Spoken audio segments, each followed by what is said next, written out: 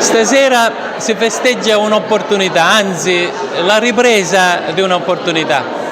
Lo Spazio Vitale, che da sempre era stato dedicato agli alunni disabili, adesso torna a vivere come laboratorio dell'inclusione, dell'inclusività. E non è retorica, perché là dove c'è creatività, come in questo caso nel laboratorio di ceramica e cartapesta, normalmente si pensa sempre ad eccellenza e a distinguo. Invece noi, con l'opportunità offerta dalla vittoria con questo concorso del Inventiamo una banconota, abbiamo restituito alla nostra scuola il senso dell'inclusività, cioè lavorare insieme, divertirsi insieme, creare insieme, avendoci procurato l'occasione per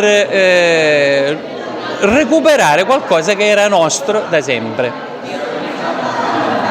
Io ringrazio il dirigente che mi ha dato l'opportunità, proprio parlando di inclusione, di essere stato annoverato tra coloro i quali come operatori scolastici ci siamo prodigati per far sì che si realizzasse quello che era stato ideato come un progetto quasi assurdo, considerando i locali, considerando le difficoltà anche logistiche.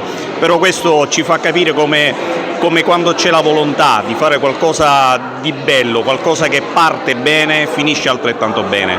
Quindi noi vogliamo continuare su quest'onda di esclusività, ma di inclusività, nell'esclusività di eccellenza e di particolarità, per fare in modo che tutti possano veramente usufruire di quello che le risorse, piccole o grandi che siano, possono essere sfruttate per la giusta causa.